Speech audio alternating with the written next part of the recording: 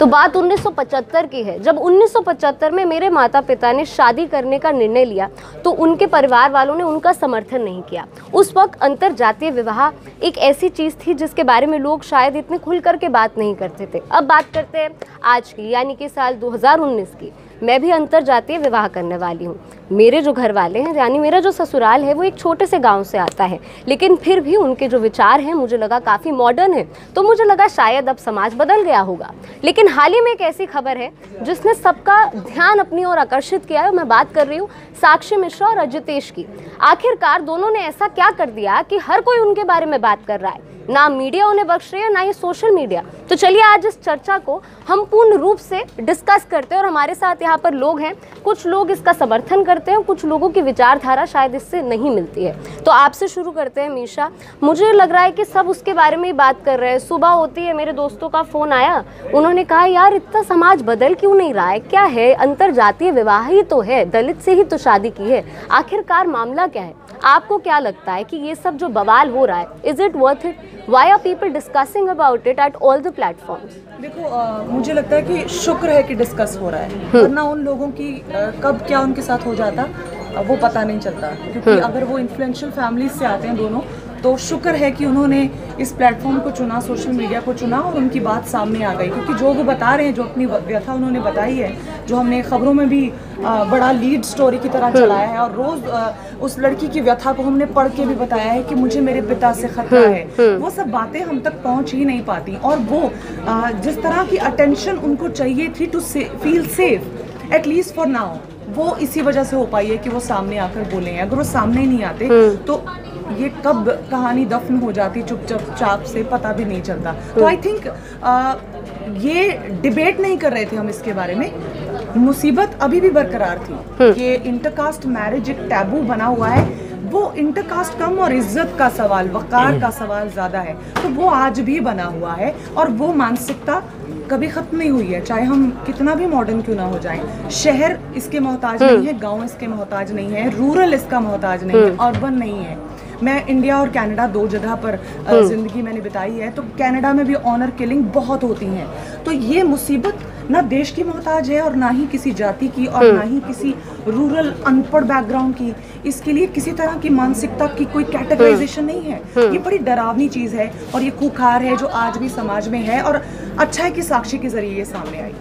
Sir आपका क्या कहना है इस पर? देखो, मैं थोड़ा सा इतिहास में जाना चाहूँगा। दिक्कत कहाँ पे है? दिक्कत यहाँ पे है कि जब तक हमारा सोशल बैकग्राउंड नहीं देखा जाएगा, जब तक एजुकेशन उस लेवल तक नहीं पहुँचेगा। मैं अभी देख रहा था गीता, हाँ। उसमें कृष्ण और अर्जुन का संवाद है, तो उसमें इसका जिक्र तो नहीं है। मनुस्मृति में आ करके 8 तरह की शादियों का जिक्र है। लेकिन यदि प्रेम विवाह का सबसे बढ़िया और बड़ा उदाहरण है तो उसी महाभारत काल में मिलता है, जबकि अर्जुन से शादी कराते हैं कृष्ण सुभद्रा के, तो वो वहाँ पे एग्जाम्पल मिल जा रहा है। लेकिन अब दिक्कत, जैसा कि आपने कनाडा का जिक्र किया, आप पाएंगे कि दुनिया में 200 के आसपास जो देश हैं, इवन से जो एसोसिएटेड हैं, मोर और लेस समस्या हर जगह पे है।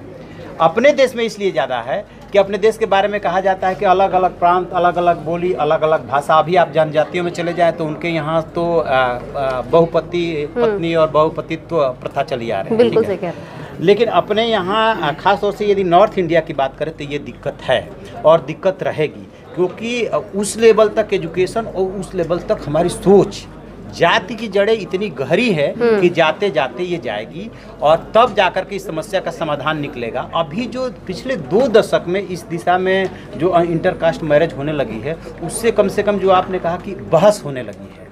अब हाँ। इस वाली मैरिज में जो दिक्कत है वो ये है कि काश यदि ये बैठ करके इस समस्या का समाधान निकाल लिया गया होता तो पर्सनल लाइफ इस तरह से मीडिया में तमाशा नहीं बनता। इसमें मेरा ना मैं इस पे टेक रखती हूँ कि मान लीजिए माना कि साक्षी ने गलती की है, मान लेते हैं कि उसने गलती की है। मैं अगर माँ बाप की जगह पर रह के सोचूं तो मैं कहूँगी कि मेरा बच्चा, जिसे मैंने पढ़ा लिखा कर काबिल बनाया कि वो सोच सके, एक इंडिपेंडेंट इंडिविजुअल बनाया, वो मेरी एक्सटेंशन है, वो मेरा गुलाम नहीं है। बच्चे की इंडिपेंडेंट सोच को फलने फूलने दो। हो सकता है कि वो गलत हो, तो इस कंडीशन में माँ बाप से यूँ उम्मीद की जानी चाहिए कि वो कहें कि तो गलत है, मुझे ये लगता है, पर मैं तेरे पीछे खड़ा हूँ। अभी भी तो वो दोनों की जान के दुश्मन हो रखे हैं उनके माता पिता, तो वो ये भी कह सकते हैं कि मुझे लगता है कि तुम गलत हो, पर तुम गिरोगे तो मैं उठाने के लिए तुम्हारे पीछे। वो तो है मिशा, अक्सर हम देखते हैं। मुझे लगता है नहीं है, क्योंकि झूठी शान बीच में आ जाती है, इज्जत का सवाल बीच में आ जाता है। मैं जिस समाज में अपनी खोखली शान को बरकरार रखना चाहता हूँ, उसके सामने मैं अपनी पीठ नहीं लगने देना चाहता, तो उसमें मैं अपने बच्चे की जान ले लूं, उसका मतलब मेरी इज्जत मेरे बच्चे की जान से ज्यादा कीमती हो गई। ये रैशनल ही नहीं लगता मुझे। ये तो हमारे समाज में कब से चलता आया है हमेशा। मुझे लगता है ये ऐसा कुछ नहीं है जो नया हो। वापस सर के पास जाती हूँ। सर, जो 2 चीज़ें आपने कही, मैं उसमें से आपको कुछ पॉइंट आउट करना चाहती हूँ कि अगर समस्या यहाँ पे एडुकेशन है, शिक्षा है, तो क्या दक्षिण भारत में इस तरीके के वाक्य सामने नहीं आते? मुझे मालूम नहीं है, शायद आते हों, मैंने इस तरीके वहाँ पर आए। तो क्या आप शिक्षा यहाँ पर शायद नहीं है, जाति यहाँ पे सबसे बड़ा है, और जाति में भी यहाँ पे 2 सवाल हैं। मतलब क्या उसने अंतर जाति शादी की है, वो समस्या है, या उसने एक दलित से शादी की है? क्योंकि मुझे लग रहा है हम जितना भी आगे बढ़ जाएं, पर आज भी अनटचेबिलिटी बहुत ज़्यादा है।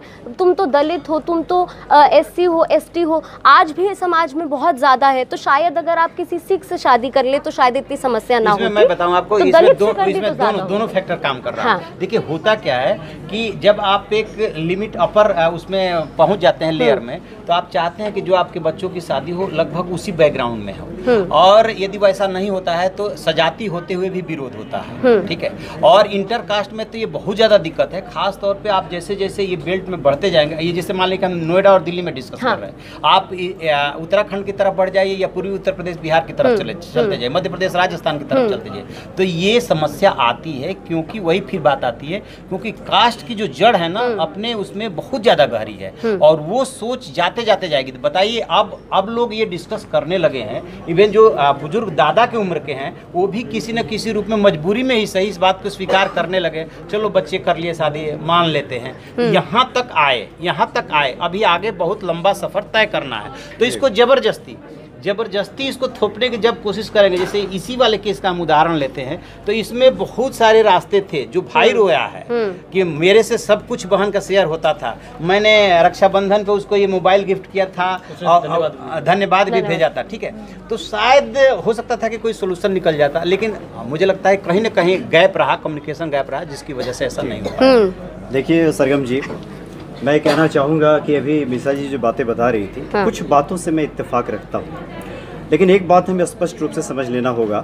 क्योंकि कानूनी तौर पे भले ही हमें अनुमति मिल गई हो अंतर्जातीय विवाह करने की, इसमें कोई दो राय नहीं है कि सही है, व्यक्तिगत तौर पे मैं मानता हूँ कि सही है, लेकिन सवाल फिर यही खड़ा होता है कि डाका तो नहीं डाला, चोरी तो नहीं की, हंगामा क्यों है बरपा जो थोड़ी सी पीली है, शादी ही तो की। बहुत मशहूर शेर है ये। तो इसके पीछे जो वजह आप देखेंगे ना, हाँ। तो ये निकल के सामने आता है कि हम लोग का एक स्वतंत्र इकाई होते हुए भी हम लोग एक सामाजिक इकाई है, मनुष्य, और खास करके भारत के संदर्भ में हमारा अलहदा व्यक्तित्व तो है, इंडिविजुअल तो हम हैं, लेकिन एक सोसाइटी के हम अंग भी हैं।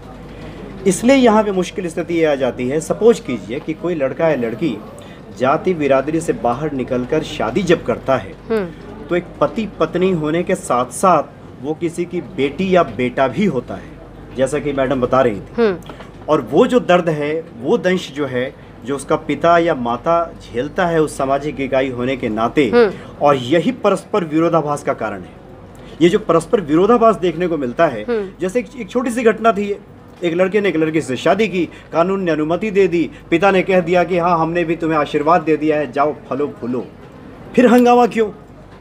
हंगामा इसी दर्द की ओर इशारा कर रहा है कि जो हमारी सामाजिक बनावट है, जो हमारी भारत की वर्ण व्यवस्था है, ये तोड़े भी टूटती नहीं है। एक अगर कोई हिम्मत भी करे आगे निकलने की, तो बहुत बड़े एक तरह से कह सकते हैं कि उसको चैलेंज उसको झेलना पड़ता है, मानसिक तौर पे भी, और फिजिकल चैलेंज तो होता ही है। हाँ, कि जिसकी वजह से अनुमति मांगनी पड़ती है। मैडम ने कहा कि उसको सुरक्षा प्रदान की जाए, लेकिन मानसिक जो दर्द है उसका क्या?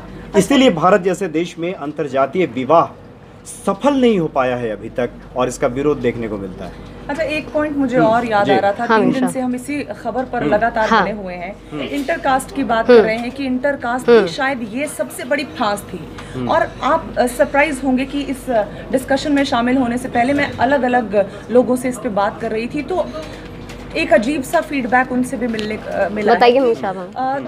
हाँ। तुम्हारी जिंदगी में तुम ये करो तो मैं कहूँगा इनकलाब जिंदाबाद, मेरे परिवार में वो करे तो मुझे लगेगा कि ओह। हाँ, ये बात बहुत सही बोली है आपने यहाँ पे बहुत मीशा। बड़ी पेचीदगी है जो हमारे समाज के बनावट का हिस्सा है।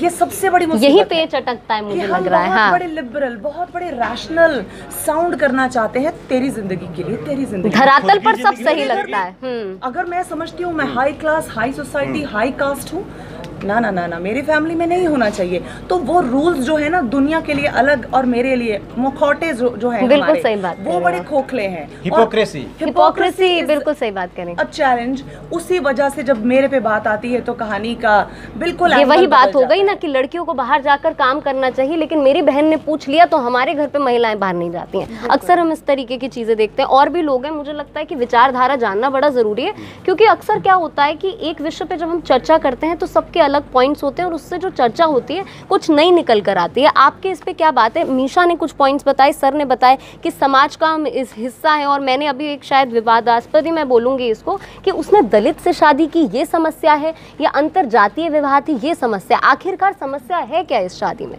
तो मैं उस मुद्दे पे आऊँगा जो सर ने बताया, हंगामा है क्यों। मैं उस हंगामा है क्यों पर आता हूँ।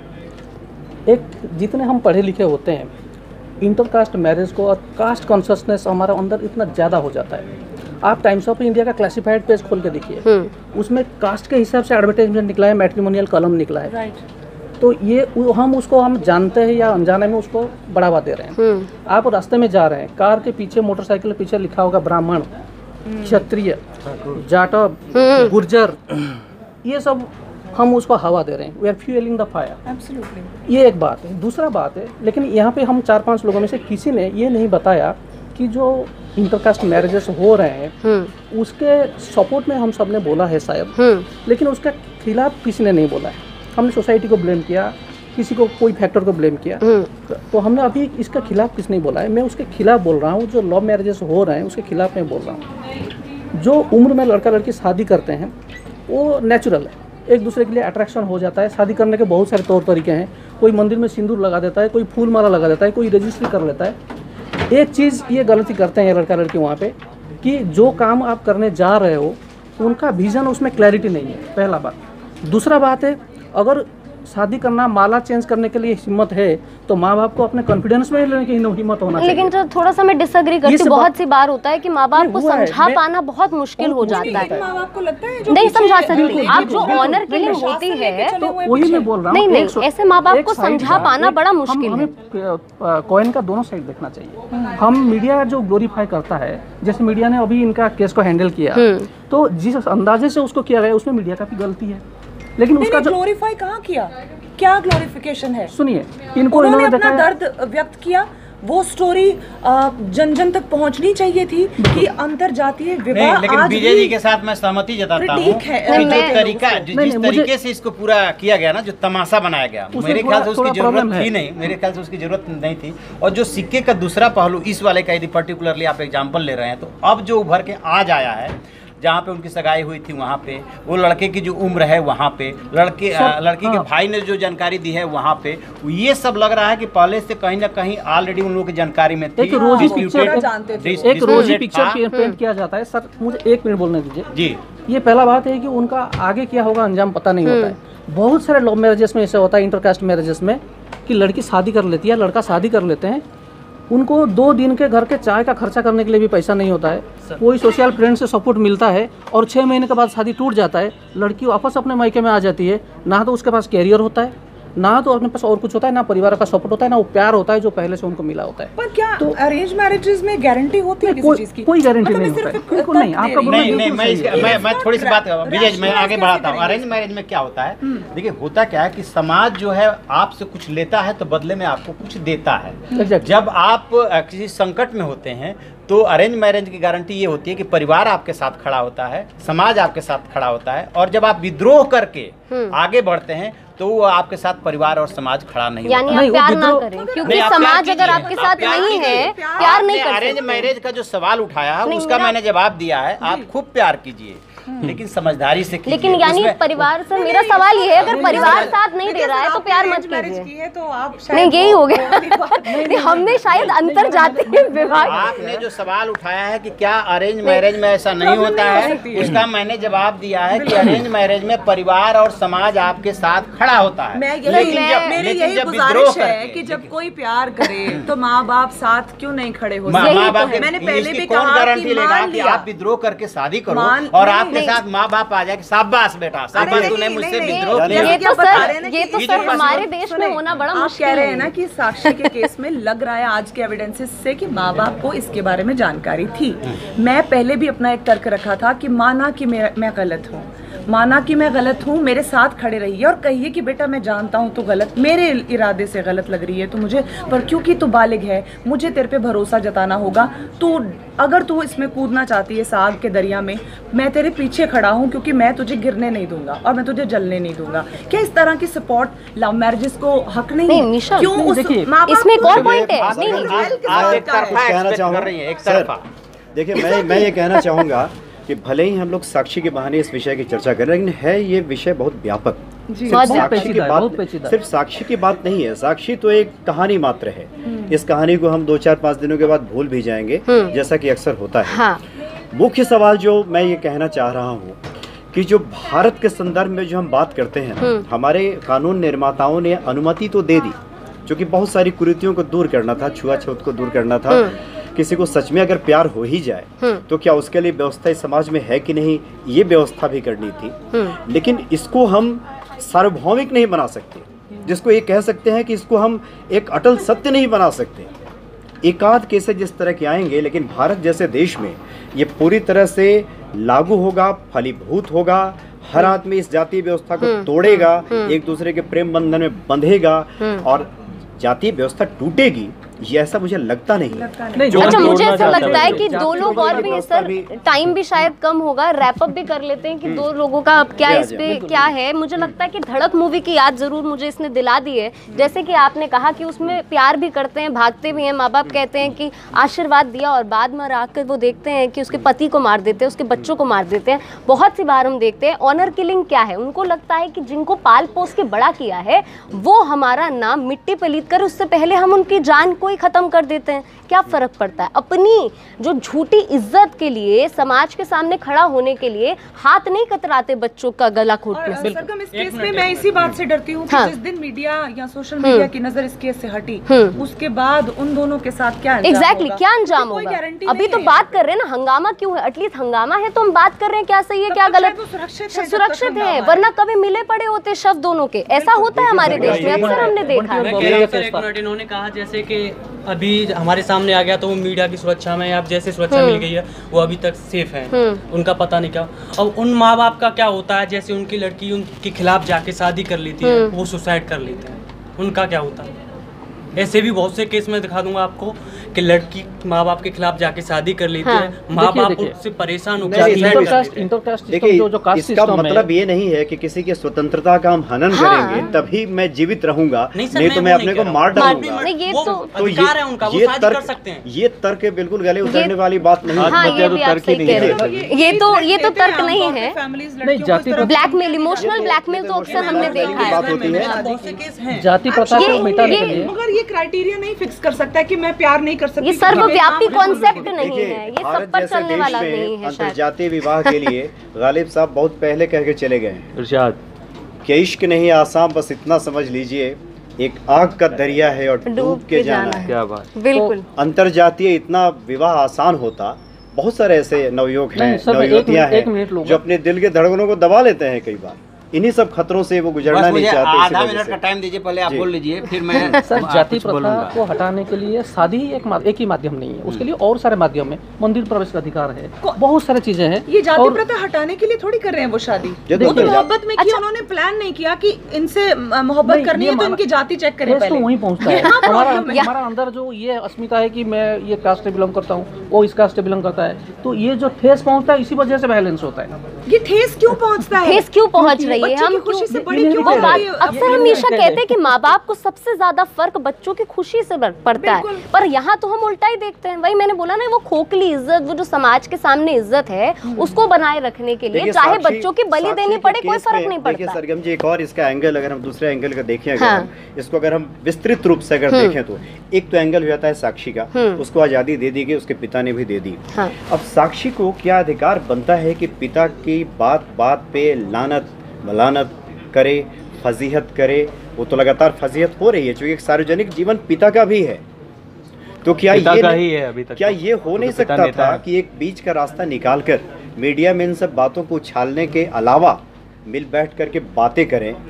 और जब प्रेम ही किया है तो भय किस बात का था? पिता का ही सामना कर लेते, पिता ही था, पिता तो पालक होता है, क्यों डर गए कि मार ही डालेगा? सर शायद ये थोड़ी फिलोसफी ऑनर किलिंग अक्सर हम देखते हैं ना, ये रियलिटी है। आदर्श आप कुछ मुझे मार दीजिए, ये कौन कह पाता है? तो मुझे लगता है कि इनसे भी ले लेते। मेरे ख्याल से हिपोक्रेसी की हम बात कर रहे थे। एक हिपोक्रेसी जो हम सब शायद एड्रेस कर रहे हैं उसको, मीडिया अभी थोड़े दिनों पहले चुनाव हुआ था, हर इलाके के देश भर के जिस इलाके में वोट हो रहे थे, मीडिया में क्या चल रहा था? जाति का गणित। इस जाति के इतने लोग हैं तो ये विधायक, ये उम्मीदवार, ये सांसद ज़्यादा बढ़त पे है। तमाम जगहों पे हम जातिवाद को बढ़ावा देते हैं, संस्थानों में भी, चैनलों पर भी, हर जगह अपने प्रैक्टिस में।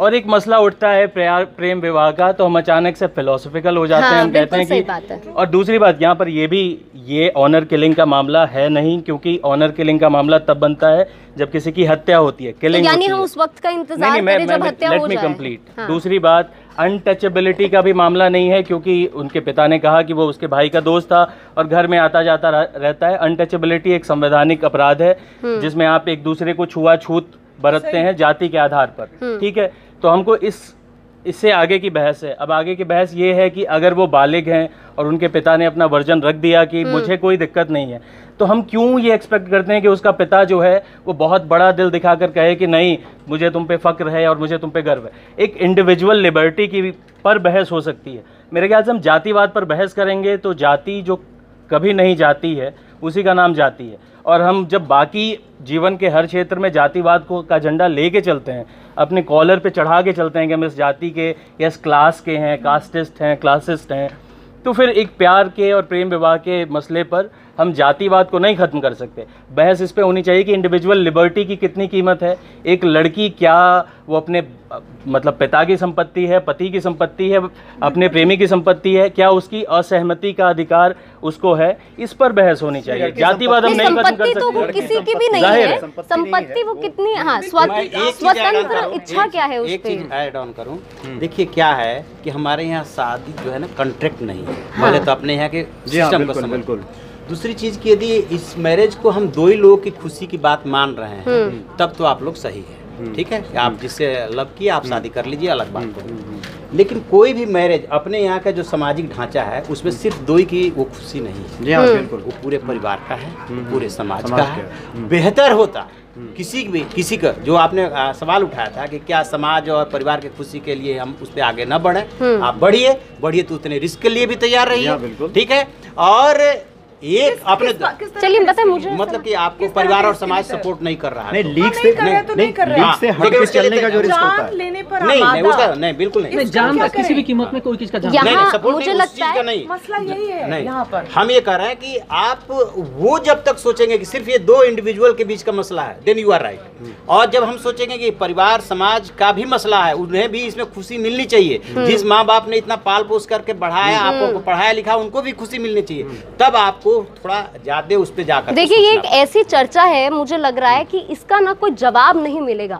और आज की जो चर्चा थी ये सिर्फ साक्षी और अजितेश की नहीं है, बल्कि हमारे देश में रहने वाले सैकड़ों उन युवाओं की कहानी है जो कि प्यार करते हैं और ये पूछते हैं समाज से कि प्यार ही किया है, गुनाह तो नहीं किया। तो चलिए इसी के साथ आज की इस चर्चा को हम यही समाप्त करते हैं। मुझे लगता है अलग अलग विचारधाराएं हैं और आपकी भी होंगी। ज़रूर आप कमेंट सेक्शन पे लिखिए कि इसके बारे में आपका क्या मानना है, आपको क्या लगता है कि क्या अजितेश और साक्षी ने शादी करके गुनाह कर लिया, और इसके बारे में आपकी क्या विचारधारा है कमेंट सेक्शन पे लिखिए। और हमारी इस वीडियो को लाइक कीजिए और शेयर भी कीजिए। इन खबर चैनल को सब्सक्राइब करें और बेल आइकन दबाना ना भूलें।